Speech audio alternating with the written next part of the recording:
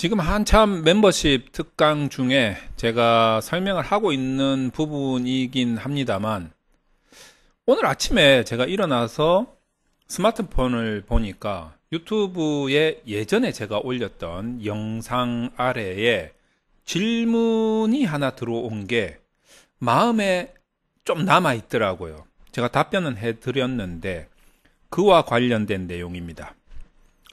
우리가 연구 설계를 할 때 연구 방법론을 아예 배제시킨 채 연구 주제를 잡을 수가 없어요.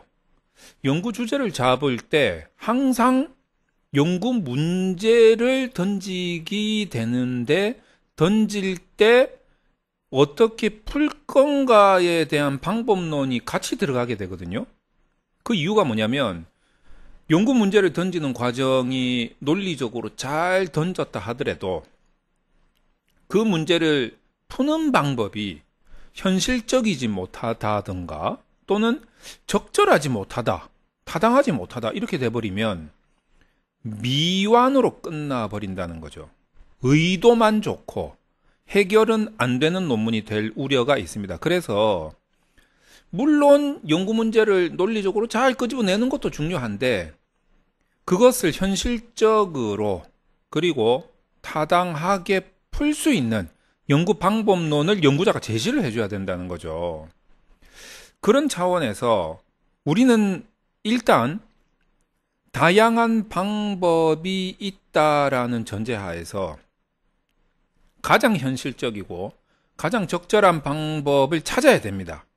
자, 요때 사실상 뭐 연구자가 굉장히 많은 기법을 알고 있으면 천만다행인데, 그러지 못하다면 첫 번째는 다양한 방법론을 알고 있는 교수님을 찾아가 가지고, 교수님, 내가 이런 문제를 던지고 싶은데 이런 문제를 풀 수 있는 현실적인 방법이 무엇이 있을까요? 라고 자문을 구해서 그 방법론을 선정하는 게 가장 좋겠죠.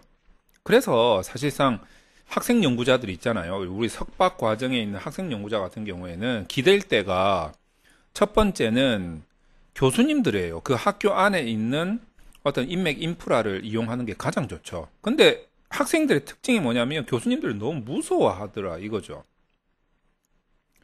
그래서 교수님들한테 그런 질문을 못 하더라고. 난 답답한데 그런 질문을 못 하게끔 아주 강압적이고 공포스러운 분위기를 자아내는 교수님들도 문제이긴 하겠지만, 그렇다고 해서 교수님한테 말 한마디 뻥끗 못하는 학생들도 좀 문제다 이거예요.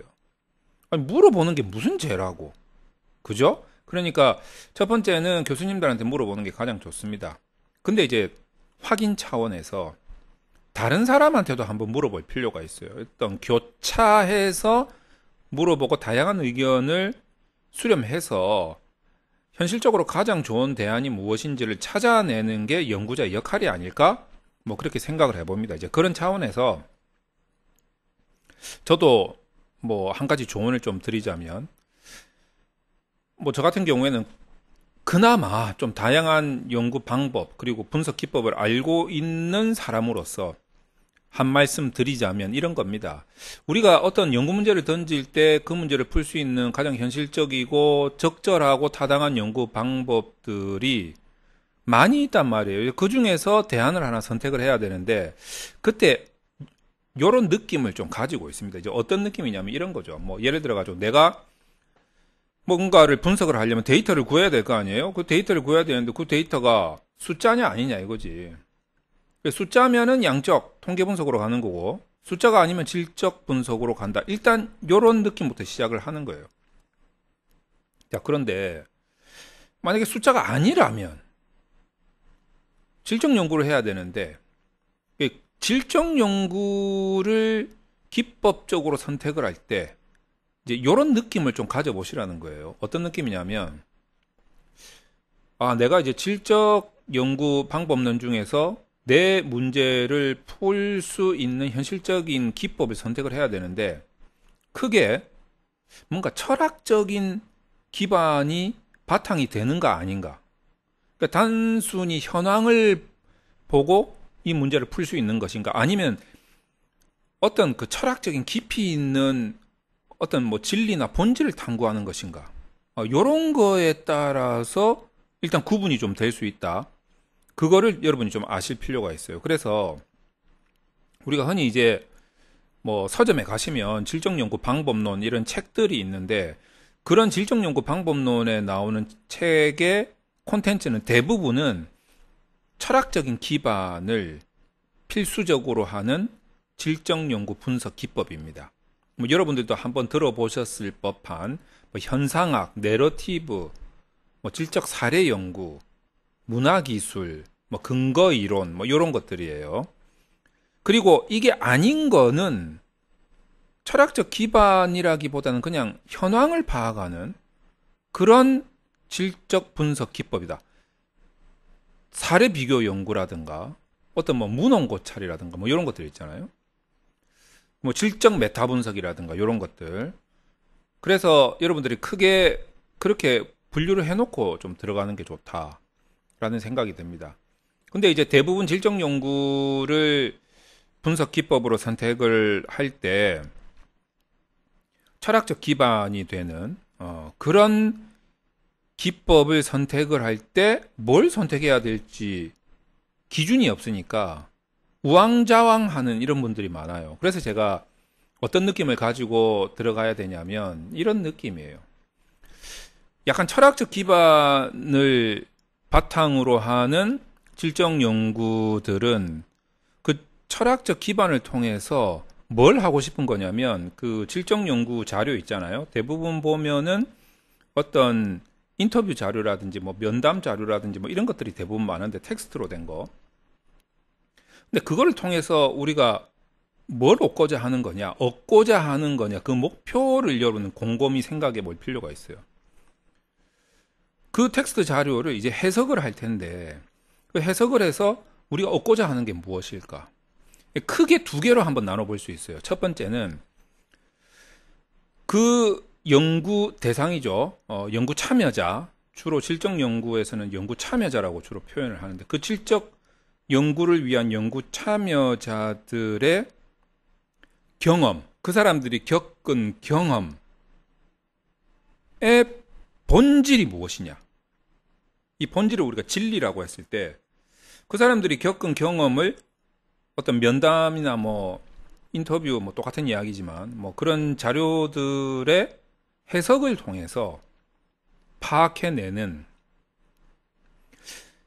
이 목표인 것은 철학적 기반으로 하는 모든 분석 기법들이 동일한 목적을 가지고 있어요. 그런데 그 경험이 아주 독특한 거냐? 그러니까 우리가 진짜 이건 상상도 못할 정도, 뭐 너무 심했나 표현이? 그냥 뭐 상상은 가능한데 좀 독특하다, 요런 경험이냐? 아니면 그 우리 주변에 한두 달이 거치면 좀 있는 그런 경험이냐? 다시 말해서 이거 좀 독특한데 이런 경험이냐? 아니면 이런 사람들이 좀 있는 거예요, 우리 주변에. 그런데 이런 사람들이 어떤 사회적인 현상으로 나타나는 그런 경험이냐? 어떤 느낌인지 아시겠죠? 요거에 따라서 철학적인 기반에 의한, 보통 우리가 5대 뭐 질적 연구 기법 뭐 이렇게 이야기를 하는데, 그게 나뉘게 된다라는 거죠. 생각을 해보세요. 독특한 경험을 한 사람들이 우리 주변에, 여러분 주변에 많아요? 별로 없잖아요. 근데 어떤 사회적 현상으로 나타나는, 우리 한두 달이 건너면 좀 만날 수 있을 법한 그런 경험을 하고 있는 사람들은 아주 독특한 경험을 하는 사람보다는 만나기가 좀 쉽지 않겠습니까? 그리고 따지고 보면 그렇게 사회적 현상으로 나타나는 그런 경험을 하고 있는 사람들은 독특한 경험을 한 사람보다는 서로 조금 연락을 해가지고 좀 이렇게 어느 정도는 뭉쳐 있거나 모여 있거나 서로 연락을 주고받는 그런 사람들이지 않겠어요? 그래서 크게 이렇게 한번 구분을 해볼 필요가 있다는 거죠. 자, 이렇게 한번 생각을 해봅시다. 아주 독특한 경험을 하고 있는 사람이다. 자, 그 사람들은 어떤 느낌이냐면 약간 과장해서 표현하면 이런 느낌이에요. 아이고 세상에나 세상에나 어떻게 저런 경험을 했을까? 아이고야 이런 느낌 있잖아요. 아주 신기하지 않습니까? 그런 경험이 뭔지를 내가 이제 해석을 통해서 찾아야지.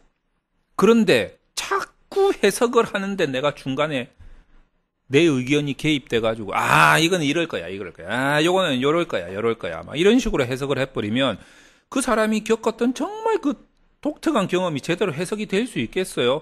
그것을 통해서 그 사람의 경험의 본질, 즉 진리를 찾을 수 있겠어요?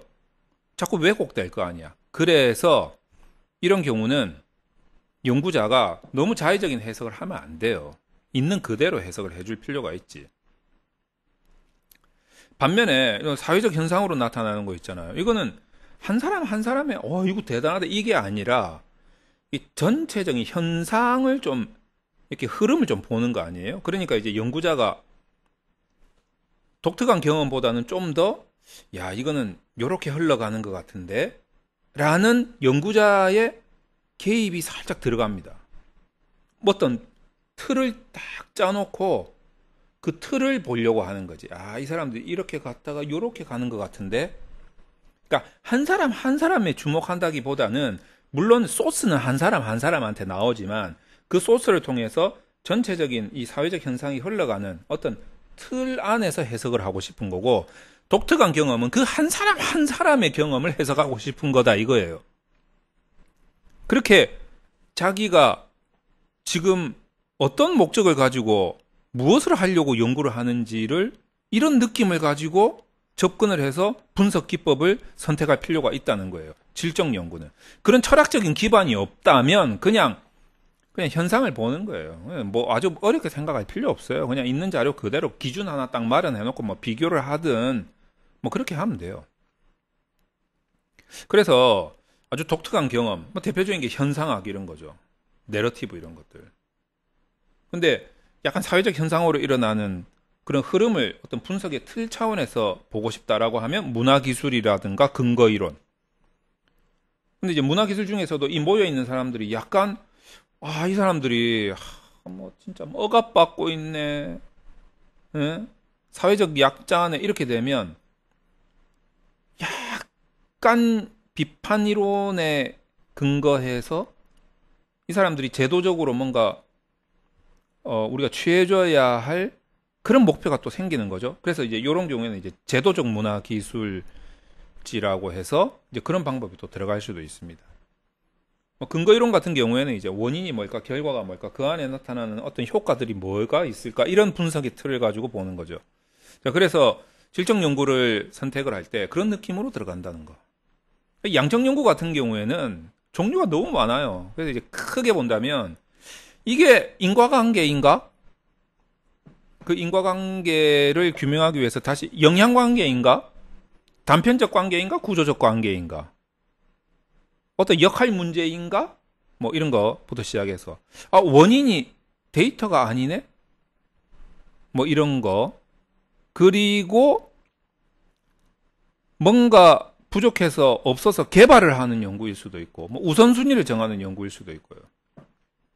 양적 연구는 되게 많습니다. 그래서 그런 부분들을 여러분들이 다양한 방법론에 대한 공부를 통해서 먼저 뭐 여러분이 뭐 다 알 필요는 없어도 그래도 크게 그 느낌들이 있잖아요. 요럴 때는 요런 연구를 해야 될 것 같은데, 요럴 때는 요런 연구를 해야 될 것 같은데, 요런 느낌들이 있잖아요. 그런 느낌들을 가지고 하나씩 들어가면서 일단 큰 방향은 잡고 그 구체적인 이제 기법을 선택할 때 도저히 모르겠으면 전문가한테 이제 자문을 구하는 그런 방식으로 들어가는 게 좋지 않을까.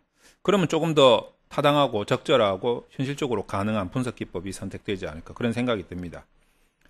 자, 그런 강좌를 저희 멤버십 특강에서도 지금 하고 있는 중이고, 그리고 현재 많은 분석 기법들이 멤버십 강의에 올라가 있습니다. 체계적으로 정리가 되어 있습니다. 그래서 여러분들이 그런 강의를 통해서 실력을 좀 키운 다음에 실제로 연구에 한번 투입을 해보면 상당히 도움이 될 것이다, 이렇게 생각을 합니다. 이런 강의가 솔직히 이제 학교 같은 경우에는 이제 석사든 박사든 1학기 딱 들어가자마자 이런 강의가 되면은 참 좋을 텐데,